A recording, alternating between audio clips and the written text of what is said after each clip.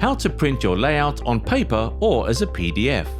In this tutorial, we'll guide you through the process of printing your planning results, either to save a digital version or on paper, all directly from visTABLE. First, start the Print Export PDF function in the System menu on the left.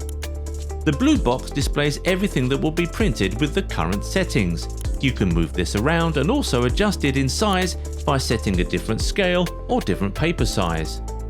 Important: ensure your printer supports the format you want to print. For versatility, consider installing a free PDF printer to handle various formats, as the formats are bound to the printer. Let's set up a print job.